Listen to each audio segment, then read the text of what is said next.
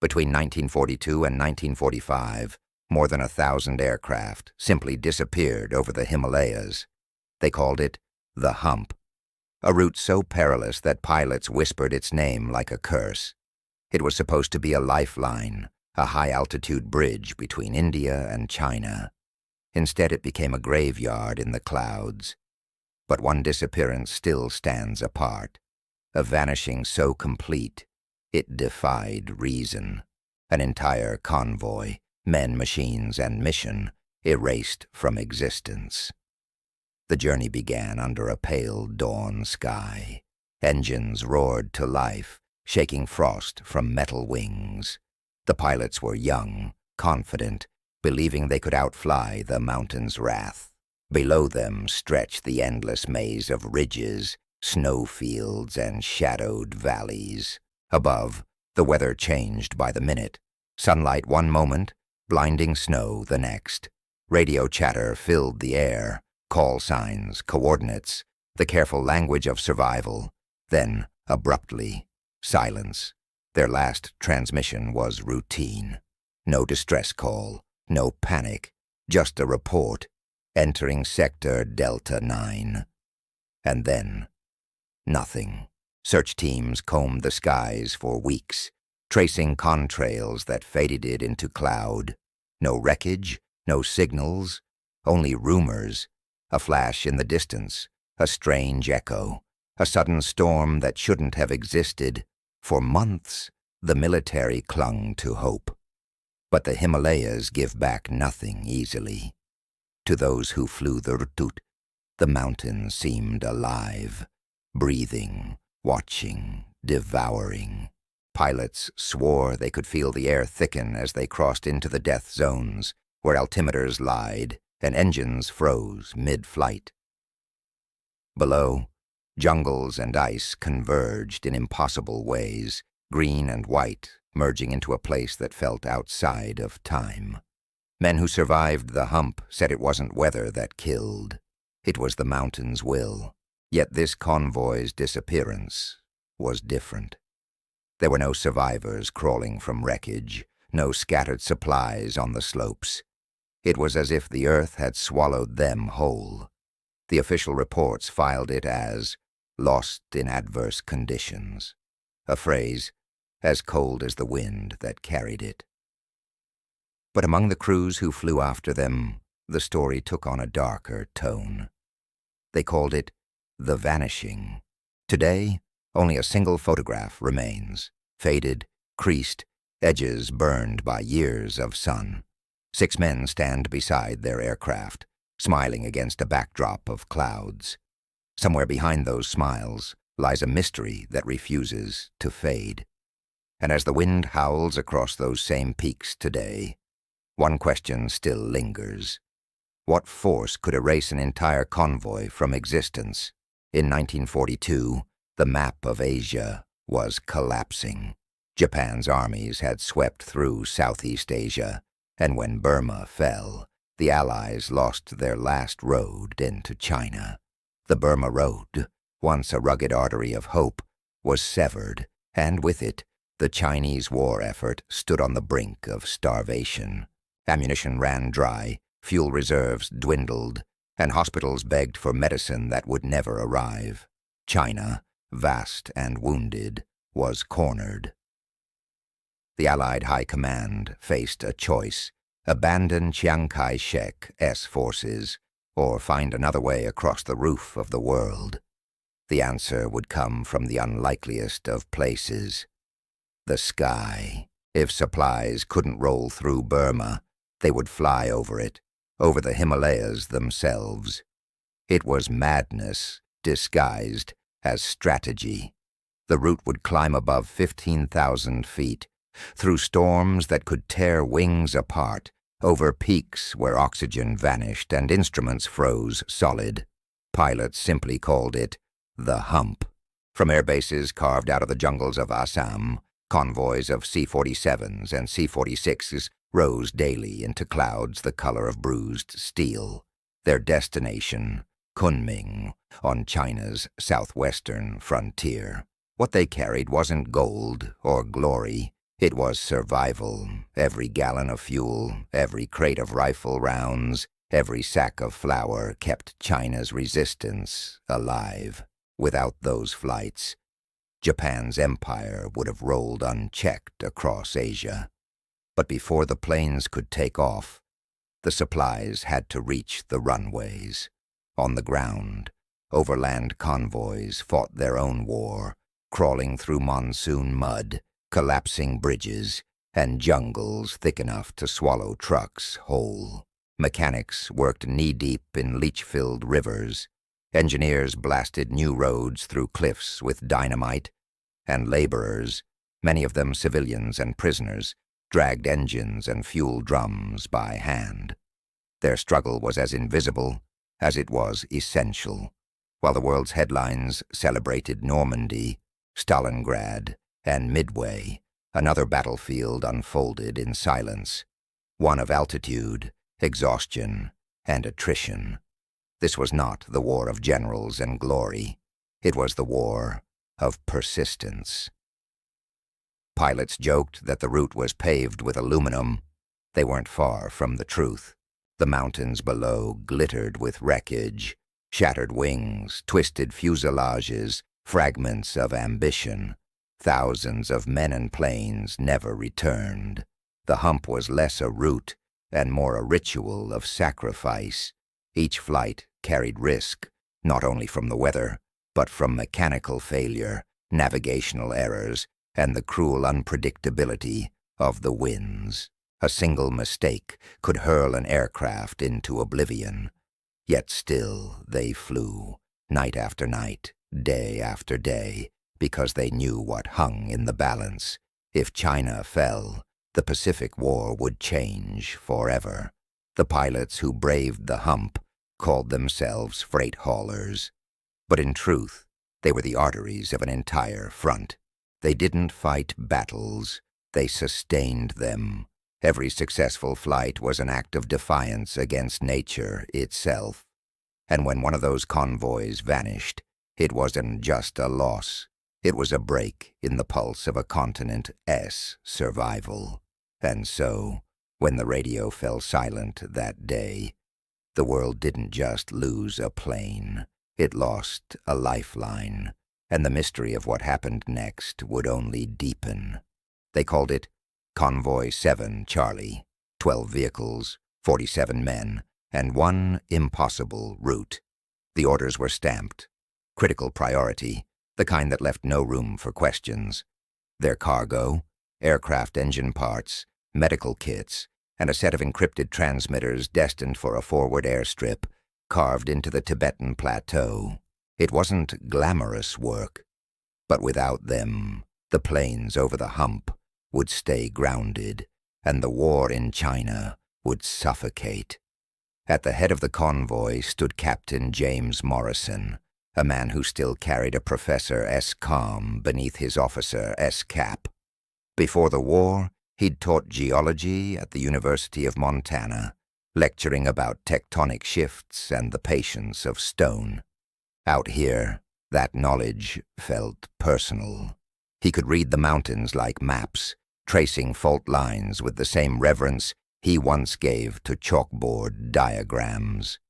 This would be his third Himalayan crossing, and perhaps, he joked to his men, his last chance to earn tenure with the clouds. Among the ranks was Private First Class Chen Wei, a Chinese-American translator who had volunteered for the China-Burma-India theater after Pearl Harbor. He spoke both English and Mandarin with ease, slipping between languages as though he were translating between worlds.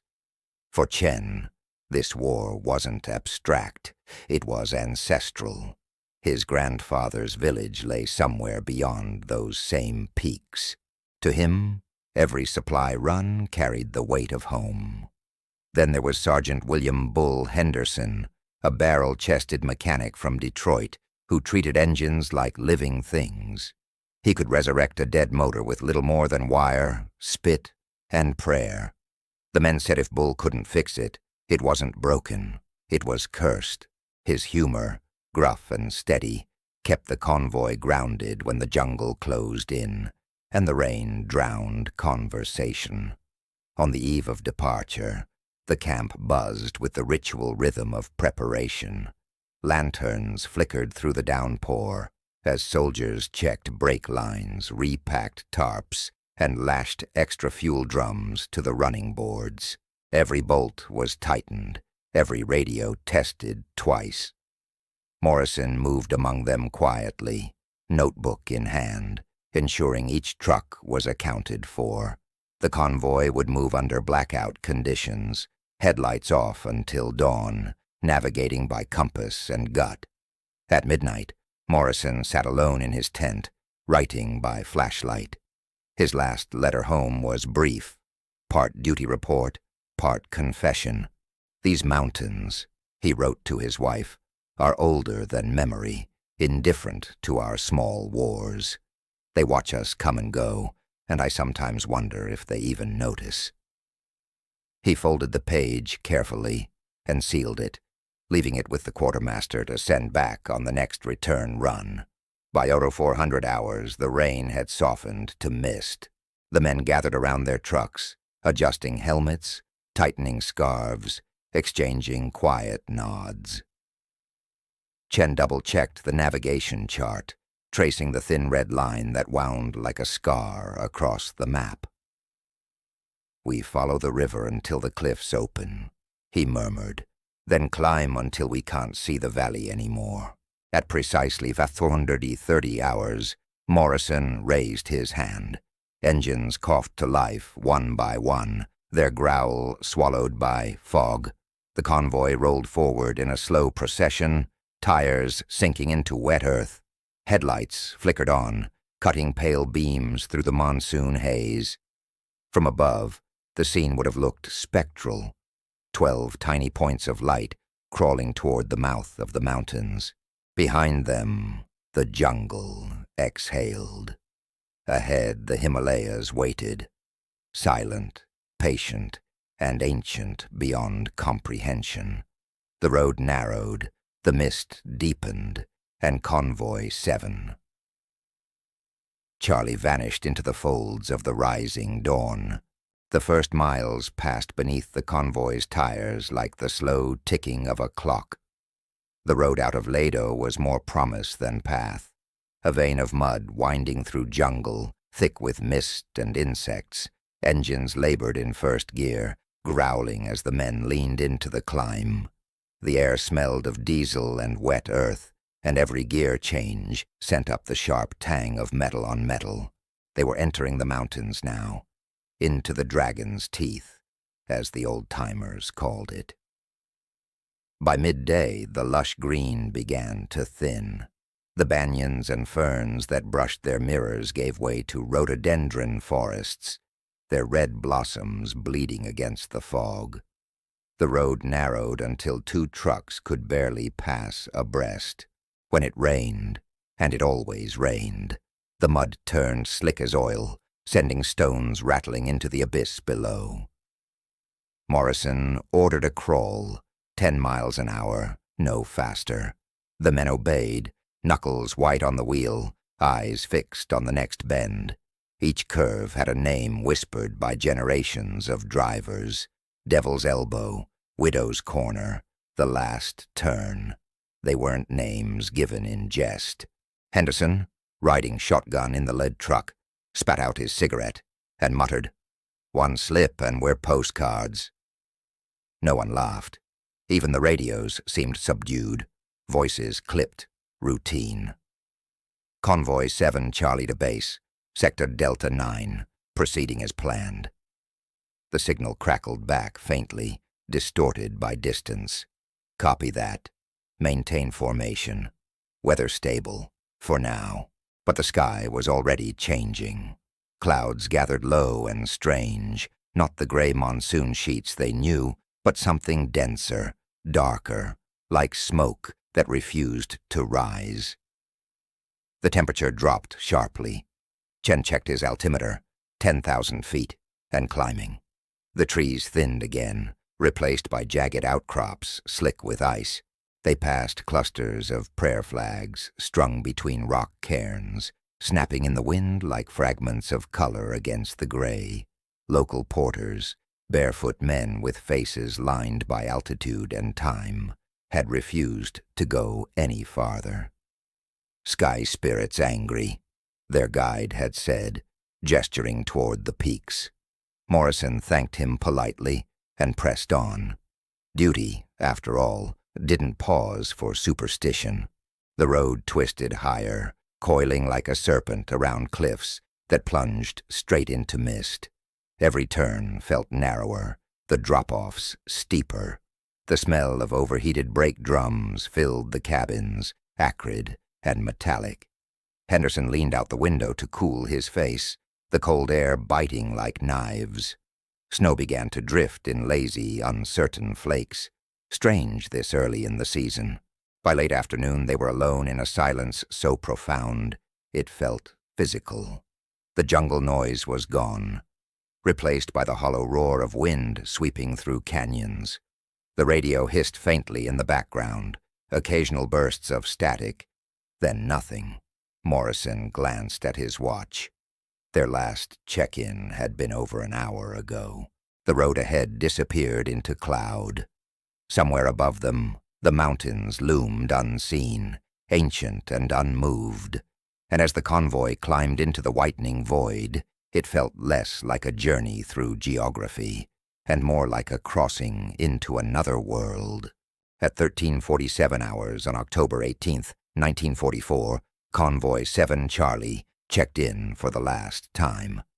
The transmission was brief, routine, utterly unremarkable. "Position confirmed," Captain Morrison's voice said, faint beneath the static. "Weather deteriorating, proceeding to next waypoint." Then the radio clicked off. Somewhere near a grid square labeled Checkpoint Kanchenjunga 3, the convoy pushed deeper into cloud and snow and was never heard from again. Minutes passed, then an hour. At 15 Umdu, Base Command in Lado attempted contact. "Convoy 7 Charlie, this is operations. Report position." Static. A second call, sharper, more insistent. Still nothing.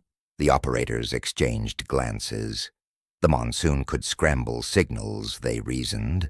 Mountain interference wasn't unusual. They logged the missed check-in and waited. But by 17, the silence had turned heavy, unnatural. At 19:30, the first emergency call went out to all nearby outposts. Pilots flying Hump routes were asked to keep watch for headlights or wreckage on the supply road. None reported seeing anything. One C-47 crew mentioned strange lightning over the peaks, flashes that didn't look like storm fire, but no trace of trucks or men. Within 6 hours, search protocols were fully activated. The weather, as if conspiring, worsened overnight. By dawn, the mountain passes were buried under fog and sleet. Search convoys stalled at the lower checkpoints, unable to advance. Radio relays bounced uselessly between stations. For 24 hours, command clung to the possibility of a mechanical breakdown, a detour, a delayed transmission. But by the second night, that illusion collapsed. 47 men and 12 vehicles had simply vanished. No tire tracks, no debris, not even a footprint left behind. The contrast was cruel. Down in the valley, the war machine rolled on undisturbed. In barracks, soldiers played cards under lantern light. Mechanics joked over tin mugs of coffee. Mess halls served stew. Radios crackled with swing tunes from Calcutta. Life continued, mundane, mechanical, unaware. Meanwhile, somewhere high above them, beyond the last line of human reach, an entire convoy was gone. No distress beacon, no flares. The road that had carried them upward now ended in nothing. It was as though the mountains themselves had opened and swallowed them whole. For days, aircraft circled the grid, their engines echoing across empty valleys. Not a scrap of canvas or glint of steel ever surfaced. The silence that followed became its own kind of monument. a soundless grave carved into thin air. And from that day forward, on every map of the Hump route, the space around checkpoint Kanchenjunga 3 bore a single penciled note, written by a weary airman's hand: Convoy 7 Charlie, lost to the silence. The search began before dawn on October 19, 1944, the most ambitious recovery effort ever attempted in the China-Burma-India theater. Command believed Tassim was the enemy. If men had survived, they'd be trapped in freezing isolation. Within hours, spotter planes were in the air, flying grid patterns over the last known coordinates. From above, the mountains looked endless, gray teeth biting through cloud. Pilots squinted through the frost on their windshields, tracing riverbeds, scanning valleys, marking any glint that might be sunlight on metal. For 3 weeks, the skies over Kanchenjunga thundered with engines. Crews flew low enough to smell the resin of pine forests, burning precious fuel to comb the ridges inch by inch. Ground teams followed in their wake, small groups of engineers, Gurkha scouts, and volunteer porters armed with shovels and radios. They climbed until the air grew thin enough to burn the lungs. Some returned with frostbite. Others didn't return at all. At first there was optimism. The mountains had hidden wreckage before. Maybe the convoy had veered onto a secondary pass. But as days passed, hope began to freeze with the rivers. No tire tracks, no oil stains, no wreckage. The road simply stopped existing. Theories began to multiply like frost cracks in rock. Some officers blamed an avalanche. The snowmelt could have buried the entire convoy.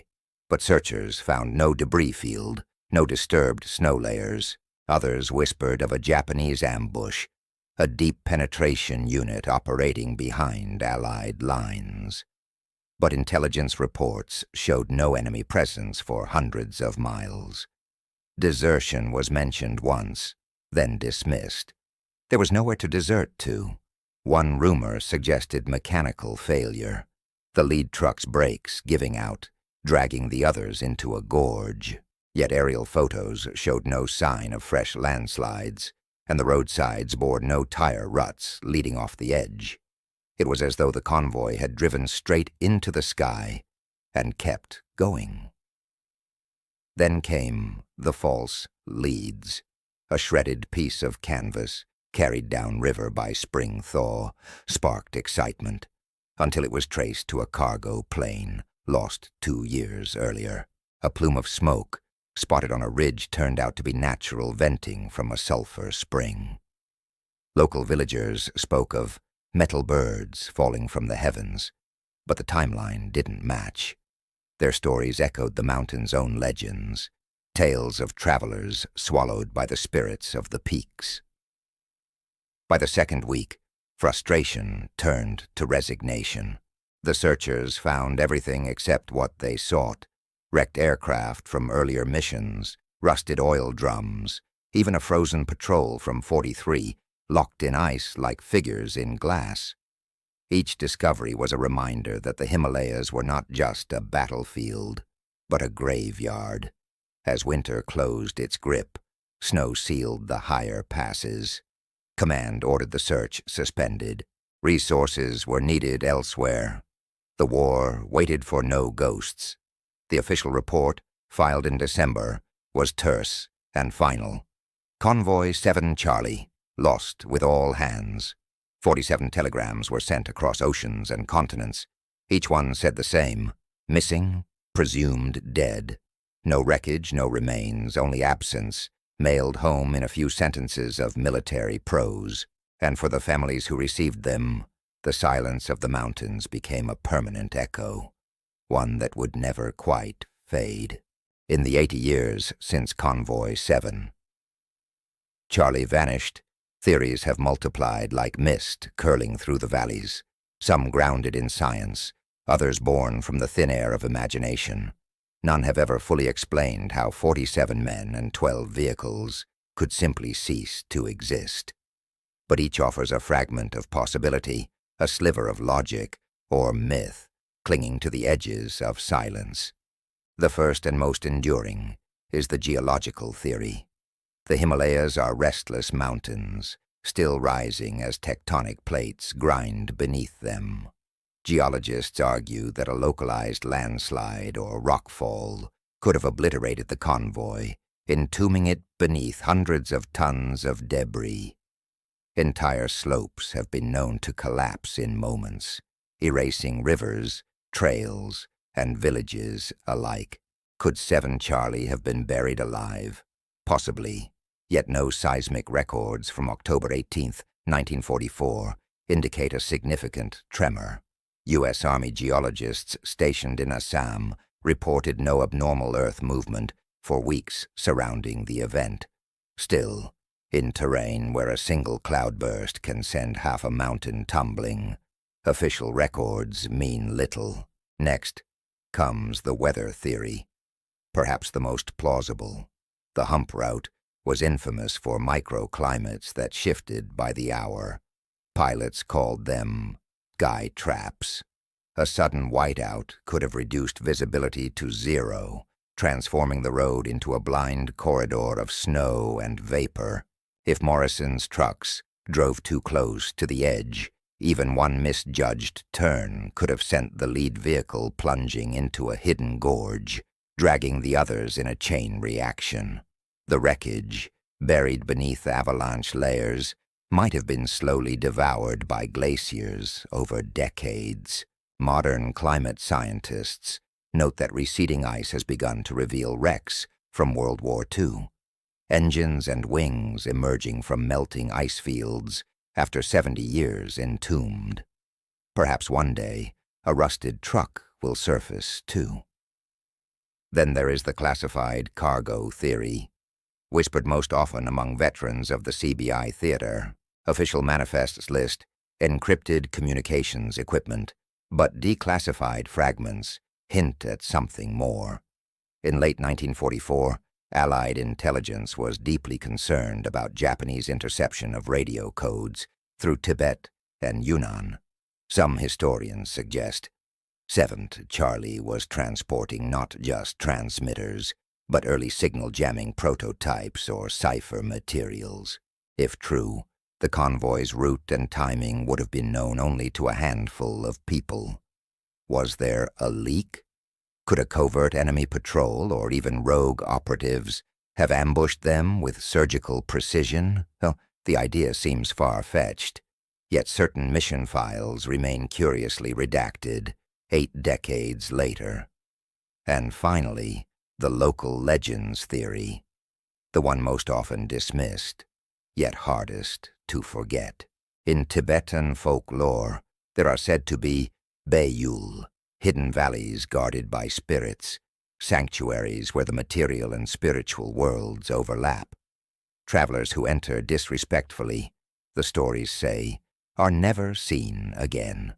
Porters who refused to climb higher had warned Morrison's men that they were crossing into a forbidden zone where the mountain breathes and the snow listens. Western officers laughed, but villagers still point to that same range and whisper of white shapes that watch from the ridgelines, protectors or punishers, depending on who tells the tale. Each explanation, scientific or supernatural, offers a piece of truth without ever completing the puzzle. The earth might have swallowed them, the ice might have hidden them, the war might have silenced them, or perhaps the mountains themselves claimed them, as they have claimed countless lives before and since.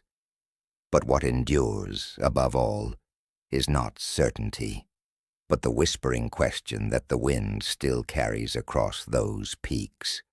How does something so large, so human, vanish so completely? Time, they say, erases all things. But in the Himalayas, time freezes them instead. 8 decades after Convoy 7. Charlie vanished. The mountains are finally beginning to exhale their secrets, one thaw at a time. As the planet warms and glaciers retreat, Fragments of the past are surfacing like bones through melting skin. Each discovery, small as it may seem, sends a ripple of hope through those who have spent generations waiting. In 2019, a team of hikers climbing near the Nampala Pass stumbled upon a corroded fuel can, half buried in scree.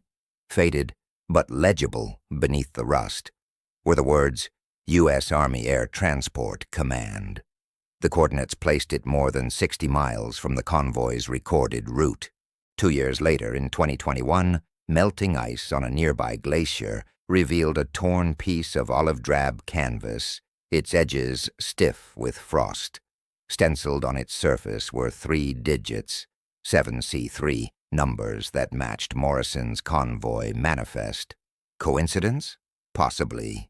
But to families who had lived in limbo for decades, it felt like the mountains were finally whispering back. Now, technology has turned that whisper into a faint, traceable pulse. Satellite imaging capable of detecting metallic anomalies beneath snowpack has identified several promising sites, shallow valleys that had remained unexplored since the war. Multispectral scans hint at shapes too regular to be natural, outlines of axles, perhaps, or frames of long-buried trucks. Each pixel of data ignites new expeditions. The searchers of today are not soldiers, but a mosaic of seekers, military historians, mountaineering archaeologists, and descendants who grew up on stories of absence. One such expedition leader, Dr. Amelia Rhodes, a historian whose great-uncle vanished with 7 Charlie, described their mission as a dialogue with ghosts conducted in the language of ice. DNA recovery teams now accompany them, collecting bone fragments, cloth fibers, and even soil samples. In a laboratory in Delhi, mitochondrial sequencing waits to tell families what the telegrams never could. For the descendants, the stakes are deeply personal. One composite interview captures their sentiment perfectly. "My grandmother never remarried," a soft-spoken man says, holding a photograph worn to translucence. She kept his picture on the mantel for 60 years, dusted it every morning. Finding even a piece of his world would mean everything. Yet for every step forward, the mountains remind them who holds dominion. Political boundaries between India, China, and Bhutan carve bureaucratic obstacles through every proposed expedition. Altitude sickness strikes even the most seasoned climbers. Avalanches still erase camps overnight. And the scale, thousands of square miles of uncharted wilderness, turns each mission into a gamble between discovery and disappearance. Still, they return, season after season, because somewhere, beneath the glacier's glassy silence, lies a story that refuses to die.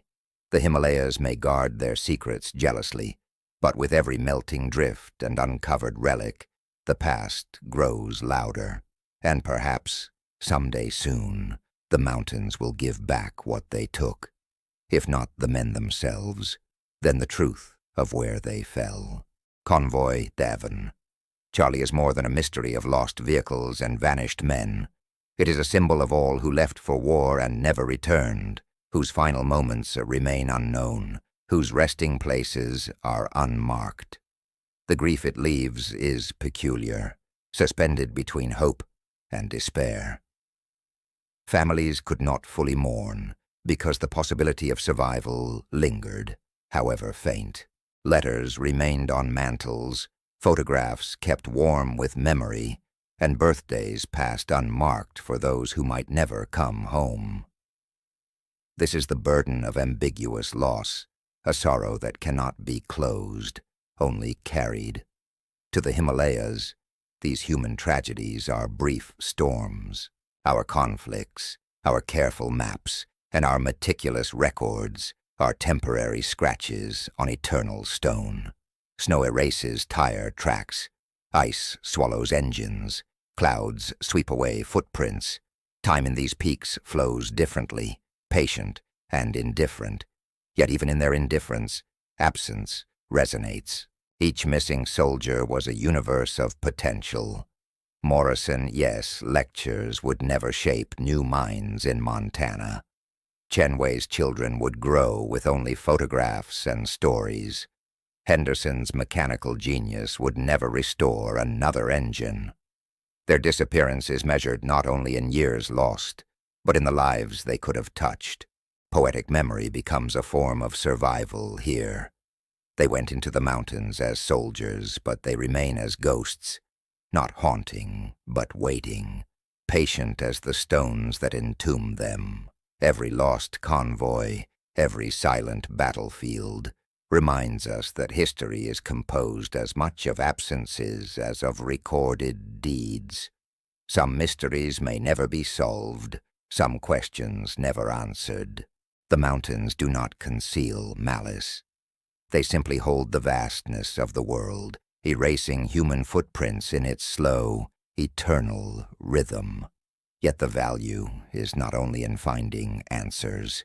It is in refusing to forget the questions, in saying their names aloud, remembering their mission, and honoring their service even when the earth will not return it. Morrison, Chenway, Henderson, 47 men, each carrying stories and hopes, now carried by the wind through ridges, through snowfields, through valleys no map can chart. Their absence weighs, but it also teaches that memory is a responsibility, that acknowledgement is an act of defiance, and that humanity endures when it remembers, even when the mountains will not yield their dead. In that remembering, the vanished are never truly lost. They are present in the pause between the peaks, in the silence of the hump, in the act of asking again, what became of them? The fate of Convoy 7. Charlie may remain uncertain, lost somewhere in the clouds and ice of the Himalayas, but the search itself carries meaning. Every expedition that climbs into those valleys, every historian who pores over dusty archives, every individual who learns their story, ensures these soldiers are not truly gone. They live in memory, in the questions we ask, in the respect we pay to those who served in history's most remote theaters, and in the quiet acknowledgement that courage often takes forms far from celebrated battlefields. The mountains continue to yield their secrets slowly. Melting glaciers, shifting scree, and patient rivers whisper of artifacts long hidden. Perhaps one day, a trekker will stumble upon rusted metal half buried in ice, or a frozen canvas will emerge to confirm what snowfall concealed for 80 years. Each discovery reminds us that history is not only written in victories and headlines, but in the perseverance of those who faced impossible odds, simply to keep the lifeblood of the war effort flowing. Convoy 7. Charlie is a testament to that struggle. The young men who climbed into trucks at dawn, trusting their skills, their vehicles, and the mercy of the mountains. They remind us that war is fought not only on beaches and fields that make the history books, but also along roads carved from rock and mud, where every mile is a battle against gravity, weather, and exhaustion. If this story moved you, honor these forgotten soldiers by sharing it. Help ensure their sacrifice isn't lost to silence. Subscribe to this channel for more untold stories from history's shadows, where ordinary people faced extraordinary circumstances. What do you think happened to Convoy 7, Charlie? Share your theories in the comments below. And remember, every mystery solved begins with someone refusing to forget. Until next time, keep questioning, keep exploring, and keep the stories alive.